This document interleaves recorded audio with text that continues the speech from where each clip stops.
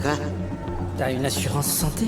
Est-ce qu'il y a un hôpital près d'ici? Est-ce qu'on en a un? Eh oh! Ferme-la et bats-toi, Guillaume! Y'a rien qui t'oblige à prendre une raclée devant tes potes. Devant mes potes? Ils vont pas se contenter de regarder. C'est pas juste si vous étiez dans le ciel. Lui, c'est Elwood Dalton, le légendaire combattant de l'UFC. Il y a quelques années, lors d'un combat, la tragédie frappe. Dalton perd complètement le contrôle de ses émotions et porte un coup fatal qui coûte la vie à son ami. Incapable de se pardonner, Dalton se retire des combats professionnels. Lorsque la faim le tenaille, il se traîne sur les rings de combats clandestins pour gagner juste de quoi survivre.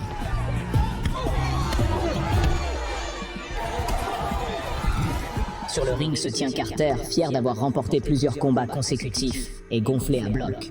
Mais les choses changent très vite lorsque Dalton, le dur dont tout le monde parle, s'avance. Dès qu'il enlève son sweat à capuche, on peut presque voir la confiance de Carter détaler. Carter est suffisamment intelligent pour savoir qu'il est dépassé. Il abandonne le combat. Tout l'argent revient à Dalton. Cependant, une racaille vénarde d'avoir perdu son pari n'est pas d'accord. Il décide de poignarder Dalton. Mauvaise idée. Dalton réagit à peine tandis que le voyou s'enfuit. Pendant qu'il soigne ses blessures, Frankie, une femme qui a reconnu Dalton, entre en scène et lui parle de son bar, envahi par les fauteurs de troubles. La police n'étant pas d'un grand secours, elle propose à Dalton un emploi de videur en chef, avec un joli salaire de 5 000 $ par semaine, soit 20 000 $ par mois. Dalton lui recommande Carter. J'ai pas d'espoir en ce moment. Désolé. Mais Frankie persiste et lui laisse son numéro, laissant l'offre en suspens. Dalton n'a pas de téléphone, pas de maison, et sa voiture semble avoir connu des jours meilleurs. Il en a assez de la vie. Et pendant un instant, il pense à abandonner complètement. Mais au moment où il change d'avis, sa voiture ne démarre pas et un train la percute de plein fouet. Dalton s'en sort, à peine blessé. Peut-être que l'offre d'emploi de Frankie vaut la peine d'être considérée après tout. Il arrive dans sa nouvelle ville et y rencontre Charlie, une jeune fille qui tient une librairie. Elle et son père lui indiquent le chemin du bar. Dalton arrive enfin au bar, qui s'appelle curieusement The Roadhouse. Dès qu'il entre, Billy, le serveur, le reconnaît immédiatement. Elwood Dalton. Je suis fan. L'endroit est calme pour l'instant, et Dalton mentionne même à quel point il se sent en paix. Laura, la serveuse, se contente de rire, sachant que ce calme ne durera pas longtemps. En effet, ce soir-là, une bagarre éclate. Les gens jettent des bouteilles et des verres partout, et même le groupe de musique s'en mêle. Mais Dalton, lui, reste en dehors de tout ça. Soudain, un gang de motards débarque. Ah, mon ami, ça sent le bourbier. Laura sait que les choses vont empirer. Ils commencent à saccager l'endroit sans se soucier de quoi que ce soit. C'est alors que Dalton intervient. De quoi tu te mêles, Monsieur Smiley? Tu fais sourire idiot depuis que je suis rentré. T'es heureux de vivre?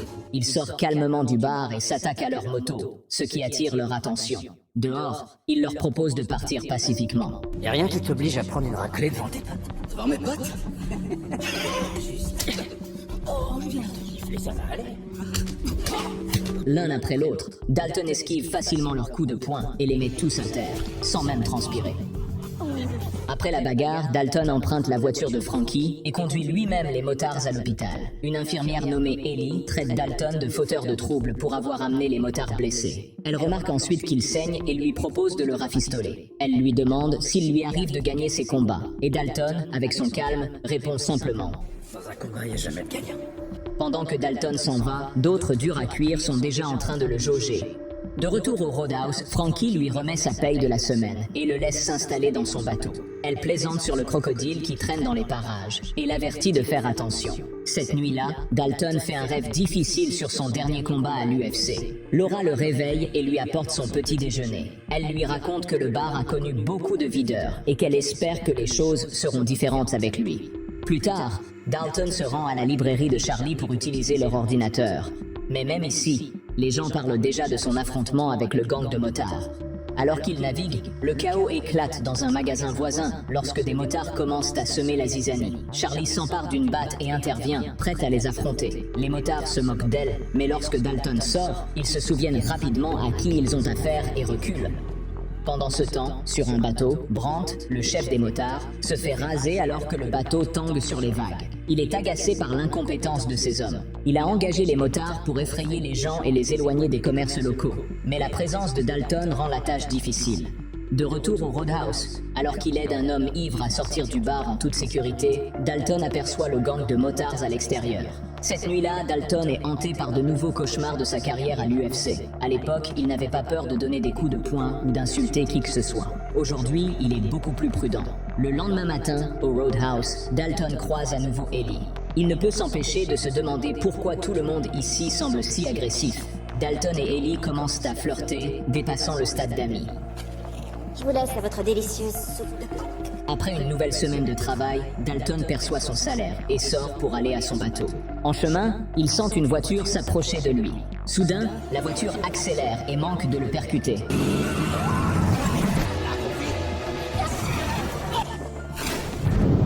Dalton réussit à survivre, mais lorsqu'il retourne à son bateau, Dell, le chef du gang de motards, l'attend avec une arme.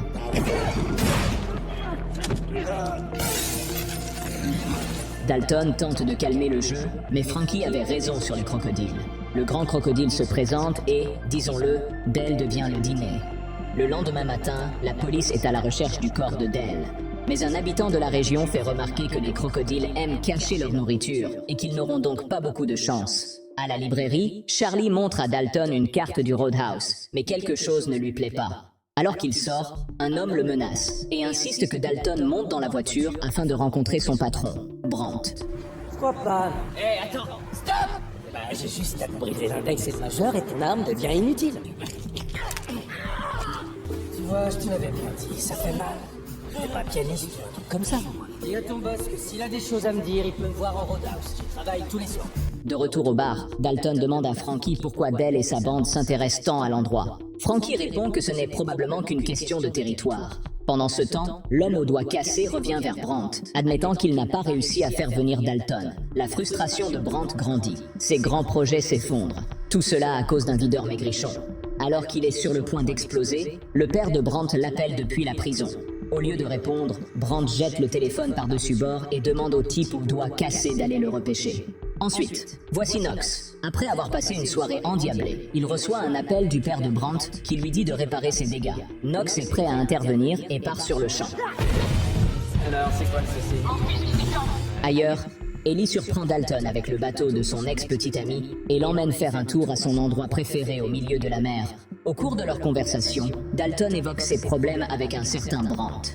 Ellie lui révèle alors que la famille de Brandt est richissime et qu'elle possède une grande partie des terres de la région.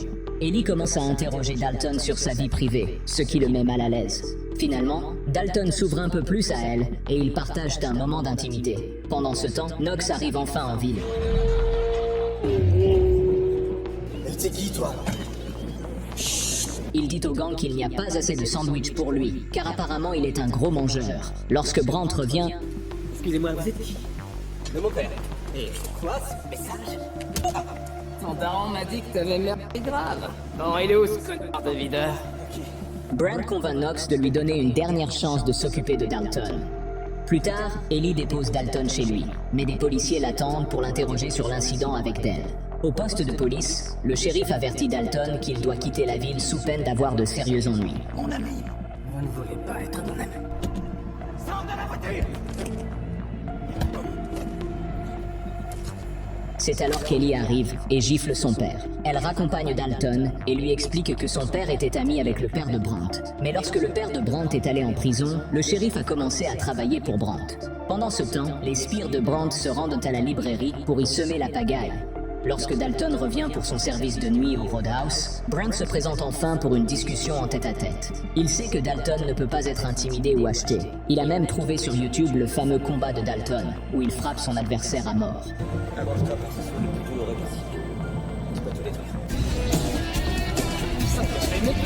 Knox annonce que le Roadhouse est désormais son territoire et commence à saccager l'endroit.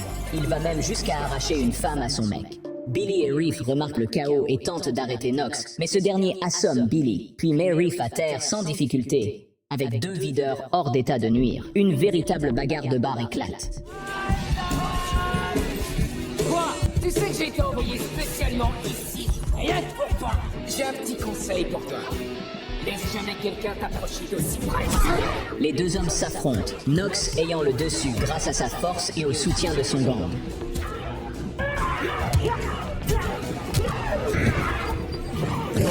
Knox traîne Dalton à l'extérieur.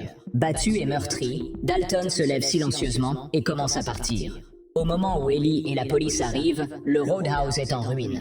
Pendant que Dalton fait ses valises au bateau, Frankie lui révèle enfin la vérité. Brent veut construire un centre luxueux, et elle est la seule qui s'y oppose. Dalton ne semble pas s'en préoccuper au début, mais Frankie avoue qu'elle est terrifiée. Pendant ce temps, Brent est informé que Dalton est toujours en vie, alors qu'il regarde les plans de son centre. Dalton, qui se rend à l'arrêt de bus, remarque que la librairie de Charlie a été incendiée. Les pompiers lui apprennent que Charlie et son père ont été transportés à l'hôpital. Comme Charlie a été la première personne à l'accueillir en ville, Dalton décide qu'il ne peut pas s'en aller. Il se rend directement chez Brent. Il trouve l'un des hommes de main de Brent et lui fait comprendre que brûler la librairie de Charlie était une grave erreur. Ensuite, Dalton traque un flic corrompu et l'assomme. Il trouve une valise remplie d'argent, assez pour durer toute une vie. Le père d'Ellie arrive au moment où Dalton finit de préparer les explosifs. Il lui dit que Brent a enlevé Ellie et qu'il la tuera s'il ne lui rend pas l'argent. Dalton est sceptique, mais accepte de rencontrer Brent. Il prend un bateau sous le nez de l'ex-petite amie d'Ellie, qui est flic. Knox fait une entrée remarquable dans la propriété de Brent, mais il n'y a personne. Sur le yacht de Brent, le shérif se prélasse et dit que l'enlèvement d'Ellie était un mensonge. Malgré tout, il se trouve que je l'ai enlevé. Dalton lui demande ce qu'il pense de ce retournement de situation. Brent est furieux contre Dalton qui se met toujours en travers de son chemin. Soudain, Knox apparaît à l'horizon.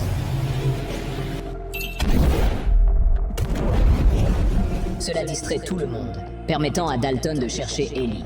Il la trouve enfermée dans une pièce. La pression fait exploser la vitre et il s'échappe. Ellie parvient à monter dans l'un des bateaux, mais Brent est déjà à bord. Il la prend en otage et se dirige vers le Roadhouse pour le détruire. Pendant ce temps, Knox a une violente confrontation avec Dalton. Ce dernier parvient à monter sur le bateau de Brent. Brent, furieux, fait demi-tour pour percuter Dalton, mais ce dernier saute sur son bateau juste à temps. Alors qu'Ellie et Brent se battent, Dalton le frappe. Brent survit, et Dalton est déterminé à en finir une fois pour toutes avec lui.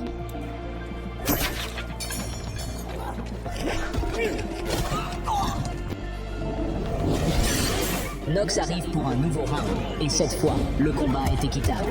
Dalton se bat avec acharnement, mais Knox continue à donner des coups de poing de zinzin. Le combat est intense, je peux vous le dire.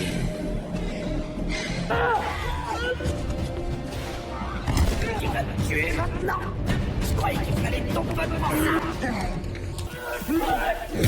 Brent demande à Knox de tuer Dalton. Agacé, Knox décide de s'occuper d'abord de lui. Cela donne à Dalton l'occasion de se rétablir. Il utilise des bâtons de bois pour vaincre Knox et finit par l'achever. Dans la scène finale, le bus de Dalton arrive. Et alors que le père de Charlie trouve la valise pleine d'argent et veut remercier, celui-ci est déjà parti.